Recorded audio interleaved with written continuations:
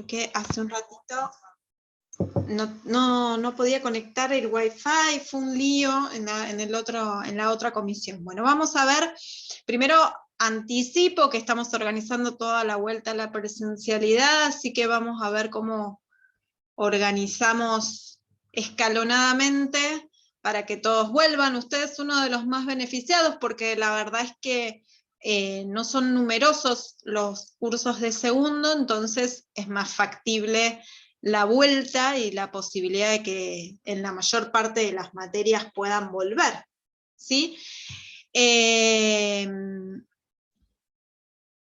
Pero tenemos que arreglar y coordinar todo con los profes, que todos los profes puedan organizarse también, porque esta vuelta también implica movimientos de todo tipo, no solo su organización, sino la organización de todos, de los profes y de ustedes. Pero bueno, en breve se viene la vuelta. Así que nos vamos a ver en vivo y en directo. No tan cerca, porque hay que respetar el distanciamiento, pero por lo menos ahí, en vivo y en directo.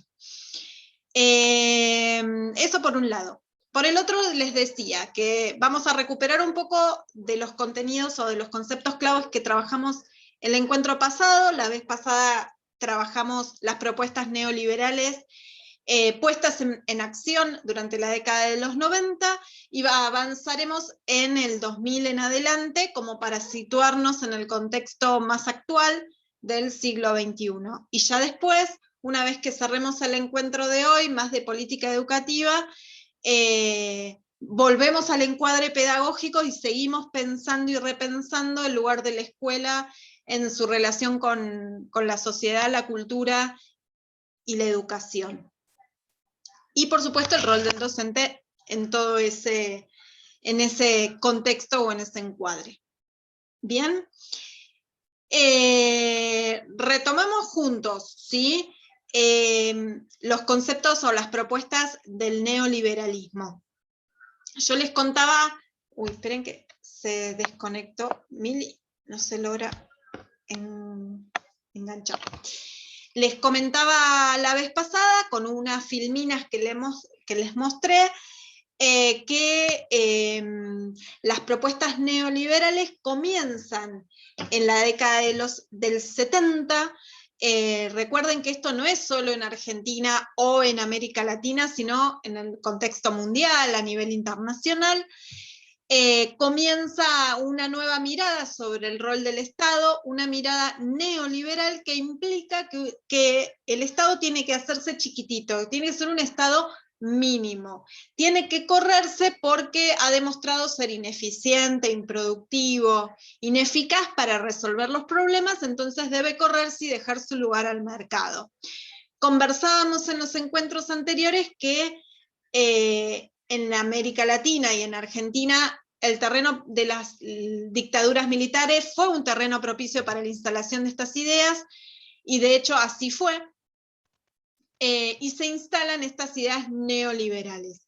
Cuando decimos ideas neoliberales, recordemos, los neoliberales dicen, es una teoría de política económica, que plantea que el mercado tiene que ser el que regule la oferta y la demanda a nivel social y económico, porque el mercado tiene la capacidad, según ellos, de autorregularse. Es decir, si hay una desbalanza entre la oferta y la demanda, el mercado solo va a generar acciones para que esa balanza deje de estar desequilibrada y se equilibre.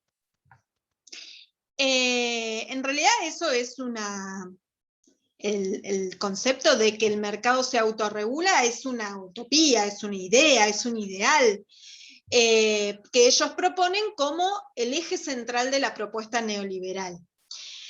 Con ese eje central desarticula en el lugar del Estado, y si el Estado se desarticula, también se desarticula todo lo que el Estado garantiza, que tiene que ver con los derechos, las responsabilidades, los compromisos ciudadanos, y ahí estamos en un gran problema. Pero eso por otro lado, a los neoliberales eso no le importa, y concretamente en acción las propuestas neoliberales para garantizar el libre funcionamiento del mercado es privatizar, porque las empresas tienen que moverse, las empresas privadas deben moverse en este mercado libremente, desregular, o sea, no tiene que haber ninguna regulación de ningún tipo, ningún control, léase ningún control del Estado. Ahora vamos a lo reflejado en las políticas educativas, ningún control del Estado, con lo cual, ¿para qué? Para que el mercado pueda libremente moverse, y vos te puedas mover, y las empresas privadas moverse libremente en ese mercado. Entonces, O concretamente, sea sí. O sea que deja el Estado a las provincias para que se autorregulen y eso fue lo que generó desigualdad después en el país. A ver, ahora lo Hola. traducimos. Sí, parte Ah, de eso es lo que pasó. Yo lo estoy hablando en términos claro. generales. Ahora lo traducimos a lo que pasó en particular en Argentina y en la década de los 90.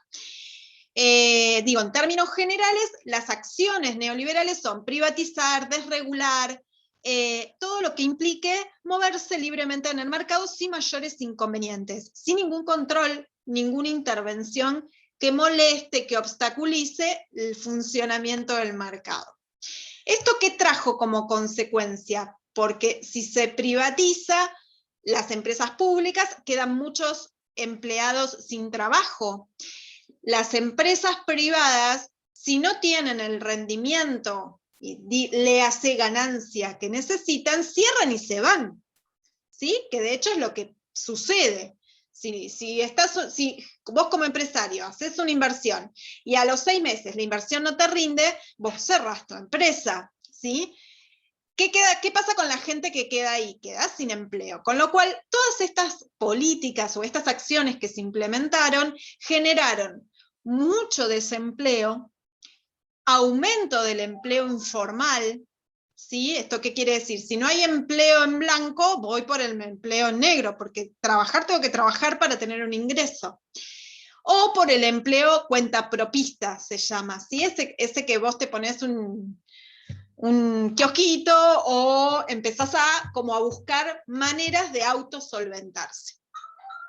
Entonces, todo eso es un empleo como terciarizado, ¿no? El cuentapropismo, son todos más de mercado informal.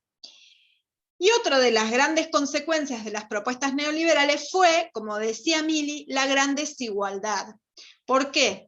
Porque los neoliberales garantizan que vos te muevas libremente. Pero si vos te movés libremente, esto lo hablamos el otro día, yo me muevo con $1.000.000, me muevo libremente, perfecto, me muevo con $1.000.000. Y Joaquín se mueve con 100.000 pesos. ¿Tiene las mismas posibilidades de moverse libremente? ¿Puede elegir tanto como yo que tengo $1.000.000? No, claramente no. Y así lo puse muy bruto, digamos, pero ni llegamos a los 100.000 y mucho menos al $1.000.000. Pero básicamente el punto es que se generan tremendas desigualdades. Y estas tremendas desigualdades, a su vez, se magnifican, se hacen más grandes. ¿Sí? Porque yo que tengo 1.000.000, me muevo libremente, puedo acrecentar mi millón.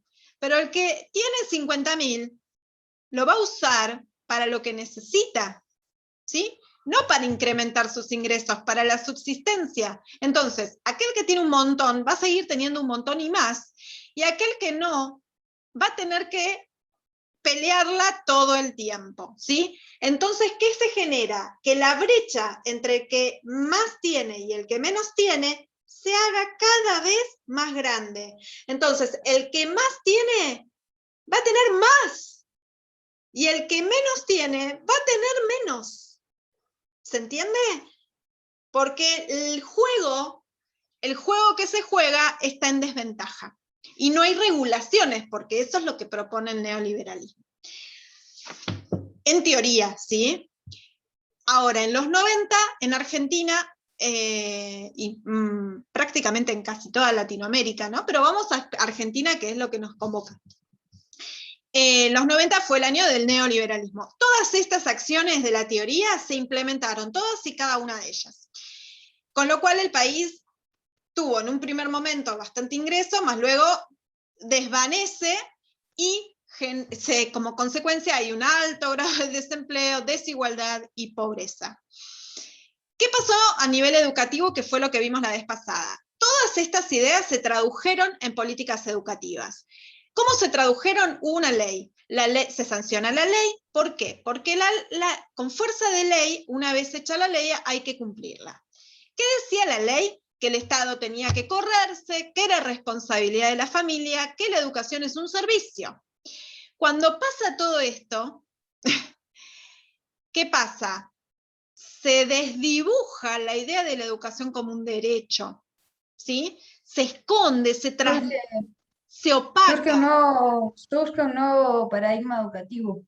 Ahí. Hay un nuevo, exacto. Se instala un nuevo paradigma y un nuevo discurso, ¿sí? Hay palabras que se instalan en el discurso muy fuertes.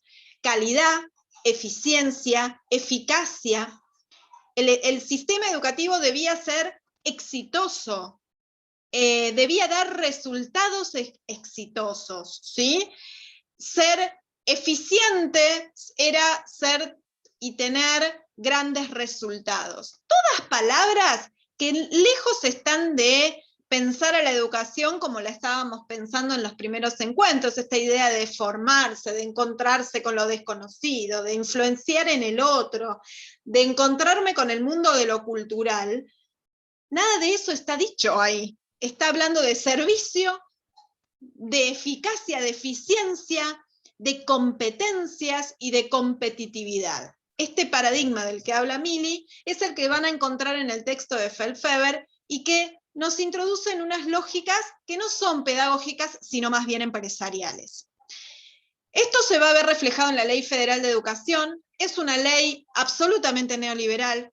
Si ustedes tienen la posibilidad de leerla, la buscan, la googlean y la leen.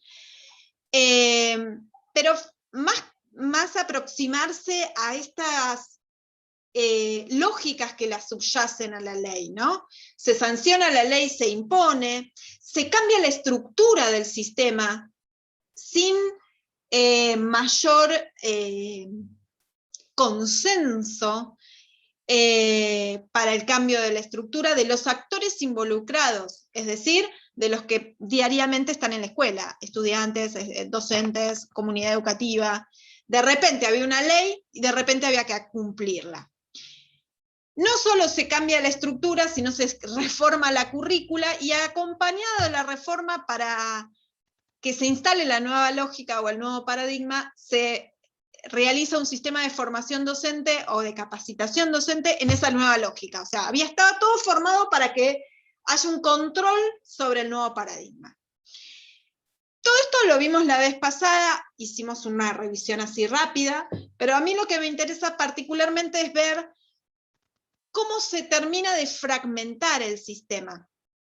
El sistema educativo argentino, que estaba siempre alrededor del Estado, con esta ley, ¿qué hace? Deja en manos de las provincias, desregula, porque el Estado Nacional tenía que hacerse chiquitito, entonces le da a las provincias el rol de hacerse cargo de su sistema educativo. ¿Qué pasó? Les dice, hacete cargo, ¿sí? Salta, Jujuy, Catamarca, Santiago del Estero, hacete cargo y lleva adelante esta nueva ley federal, porque te tenés que incorporar a la nueva ola modernizadora, pero lo tenés que hacer vos. Yo te digo que la ola está, metete en la ola como puedas. Así es como hicieron las provincias, como pudieron. Neuquén resiste, por ejemplo, y nunca implementa la nueva estructura. Resistió, resistió, resistió y no hizo la implementación hasta la nueva sanción de la nueva ley, ¿no? Otras provincias la implementaron y esto genera fragmentación. Fragmentación a nivel nacional, ¿sí? Un dato para tener en cuenta. Se llama federal. ¿Por qué la ley se llama ley federal? ¿Por qué les parece? ¿Qué es federal?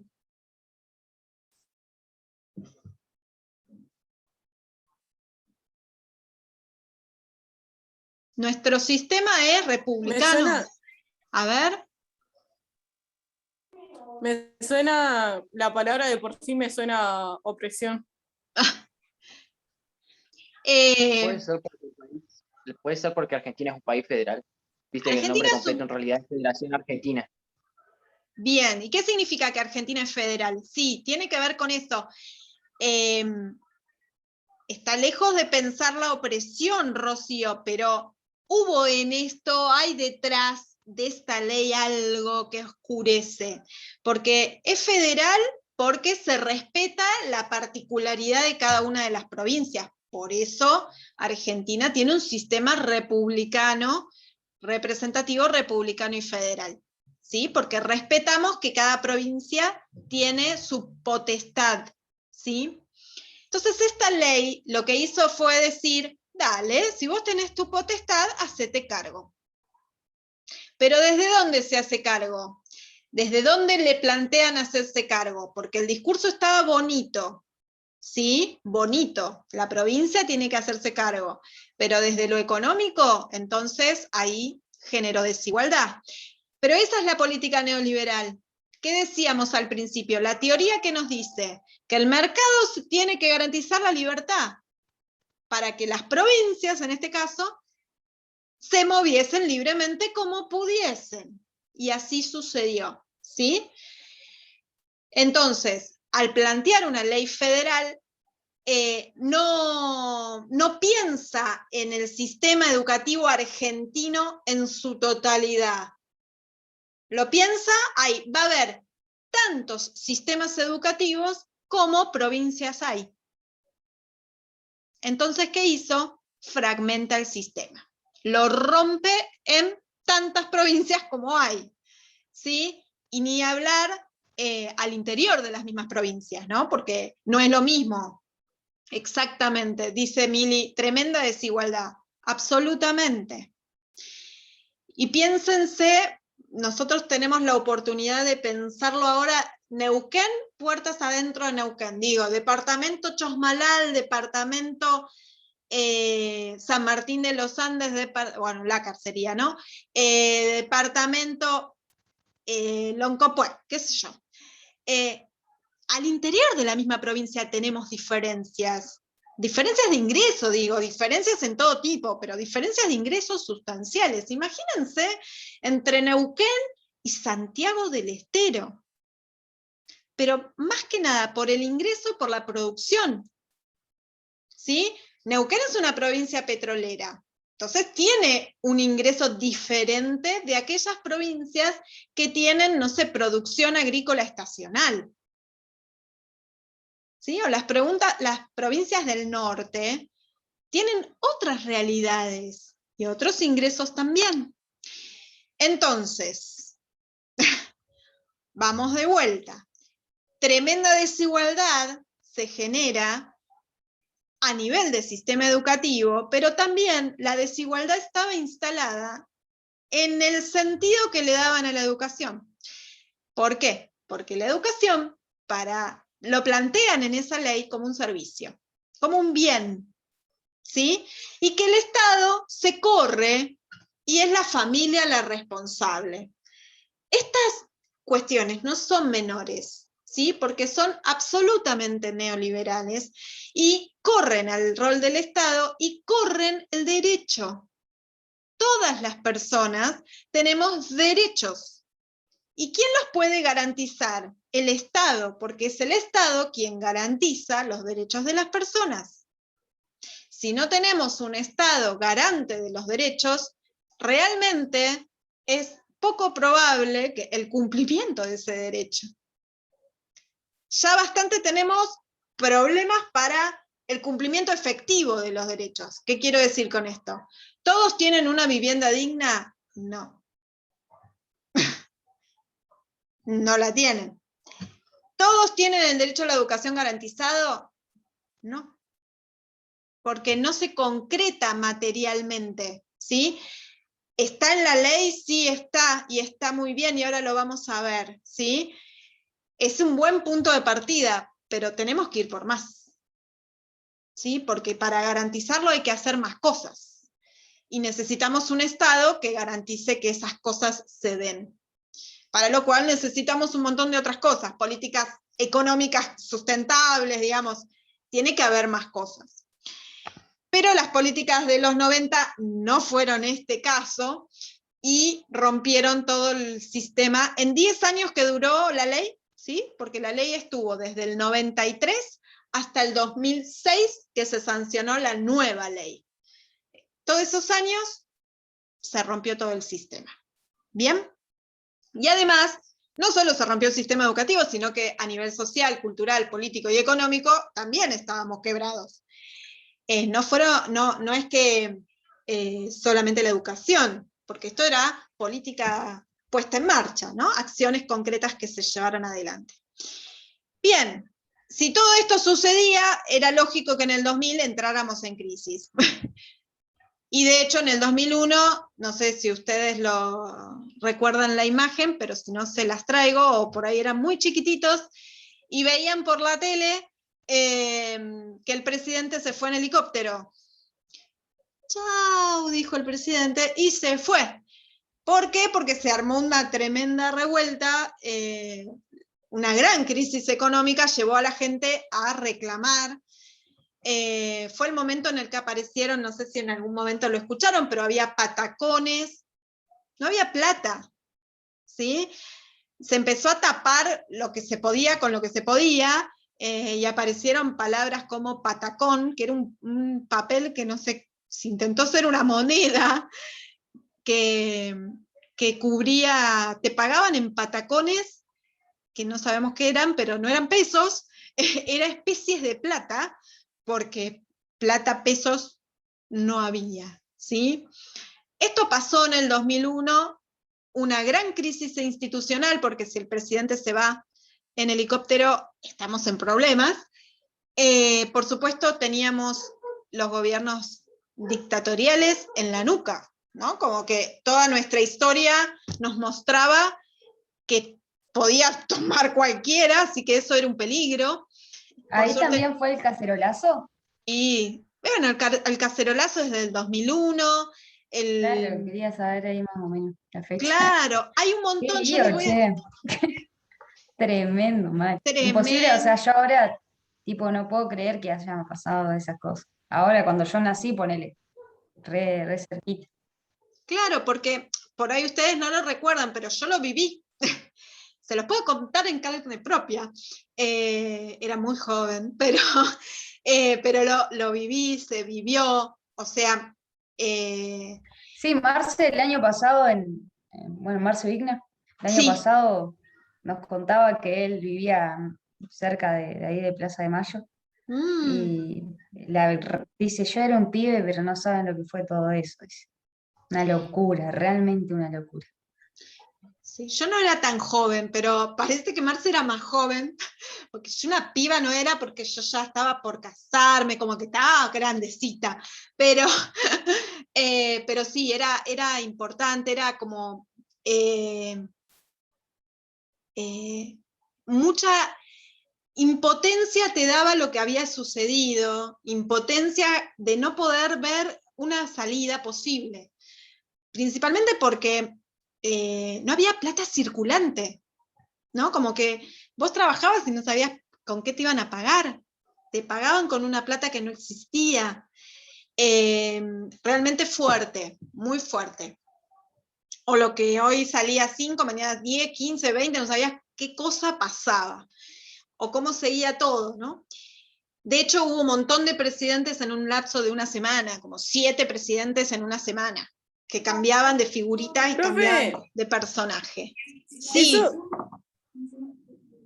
disculpe que le haga la pregunta, disculpe mi ignorancia, pero ¿eso ¿No? es a lo que le decían el corralito? Claro, momento del corralito, ¿no? No, nada de ignorancia, ahí perfecto. Ahí es cuando cierran las posibilidades. El corralito es, no podés sacar lo que tenías en el banco, vos, persona. los bancos cerraron, vos no podías sacar la plata. ¿Por qué? Porque como no había plata circulante, todo eso se usó para compensar, pero era tu plata. Por ahí vos la Y necesitabas. nunca en la pero vida lo devolvieron. no solo eso, sino que era, digamos, fue absolutamente arbitrario. Esa decisión fue absolutamente arbitraria.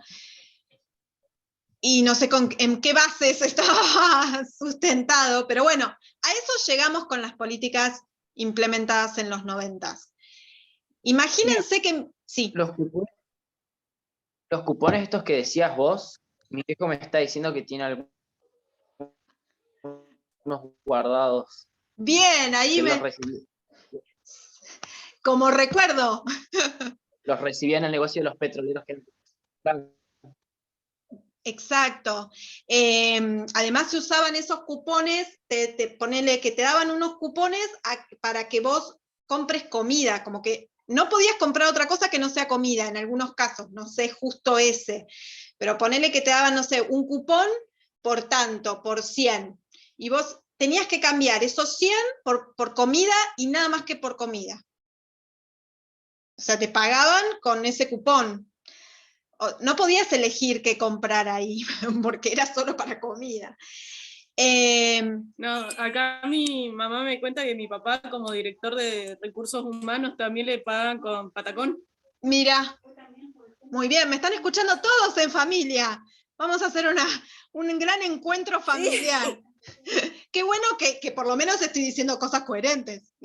Si ven que los papás me dicen algo que no corresponde, me avisan.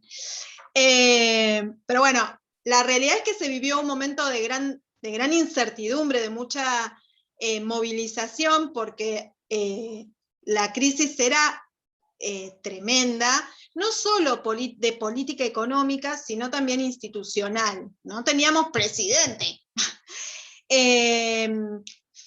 Finalmente toma Duhalde toma, se hace, entre comillas, cargo del cargo, y quien decide llamar a elecciones, pero eso tardó un par de meses hasta que se llamó a elecciones,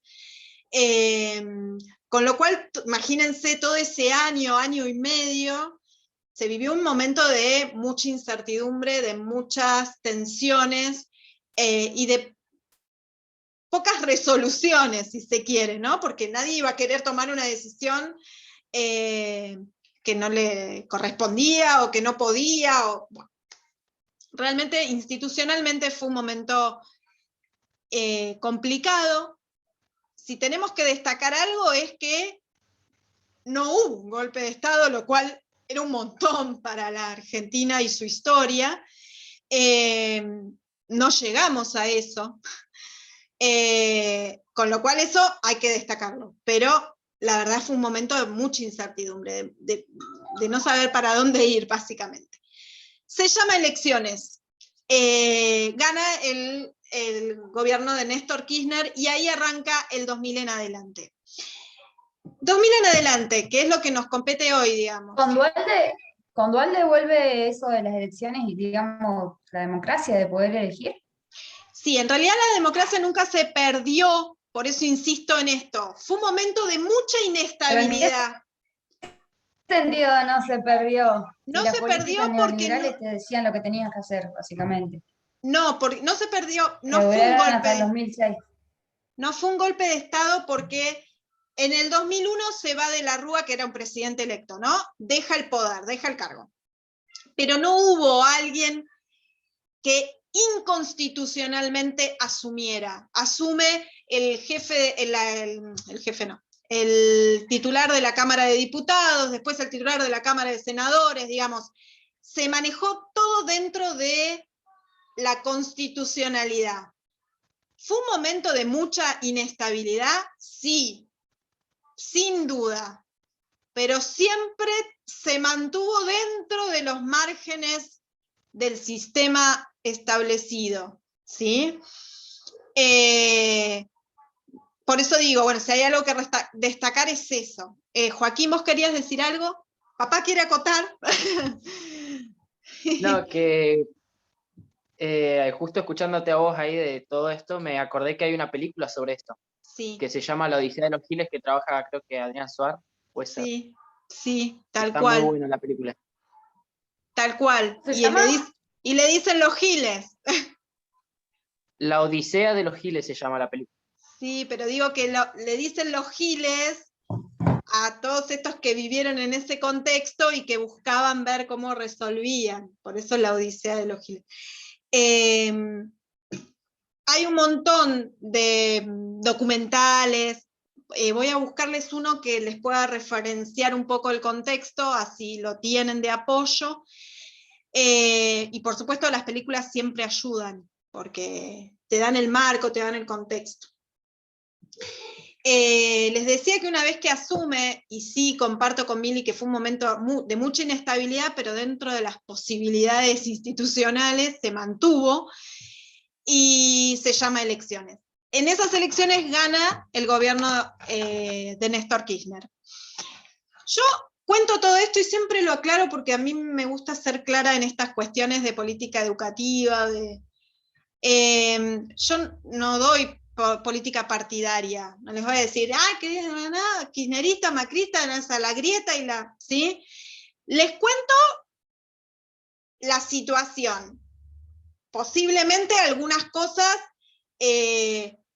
tenga mi posicionamiento y yo les cuento, mirá, yo pienso esto o pienso tal otra cosa.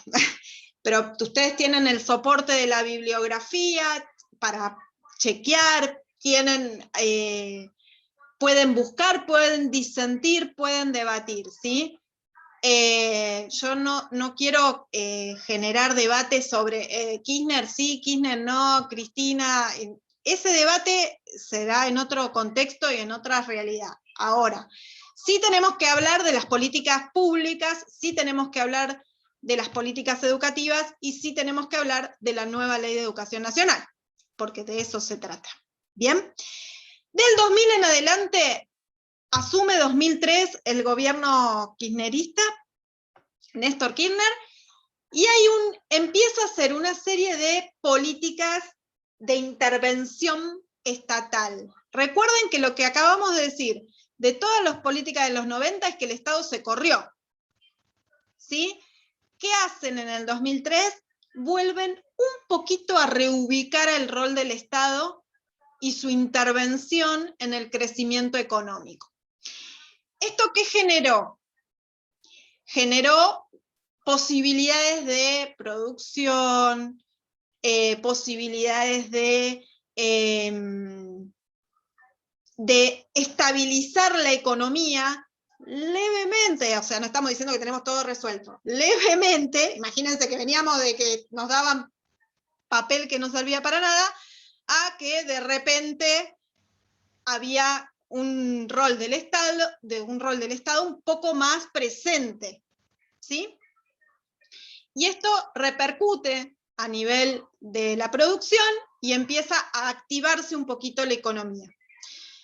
Entonces sentimos que nos acomodamos un poco. Las políticas que se llevan adelante, entonces, ubican el rol del Estado en otro lugar. ¿Siguen siendo políticas neoliberales? Sí, el contexto es neoliberal. El contexto que tenemos hoy es neoliberal.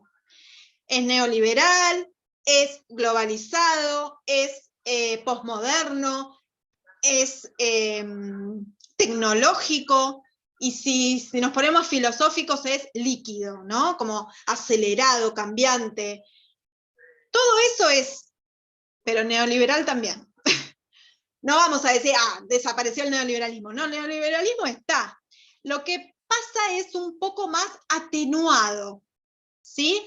¿Por qué digo esto? Porque si el rol del Estado aparece un poco más interviniente, entonces entra en contradicción con la teoría neoliberal extrema. ¿Está bien? ¿Vamos bien?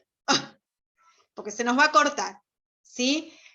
Corto y arrancamos con estas políticas públicas que se llevan adelante del 2000 a esta parte y entramos en la Ley de Educación Nacional.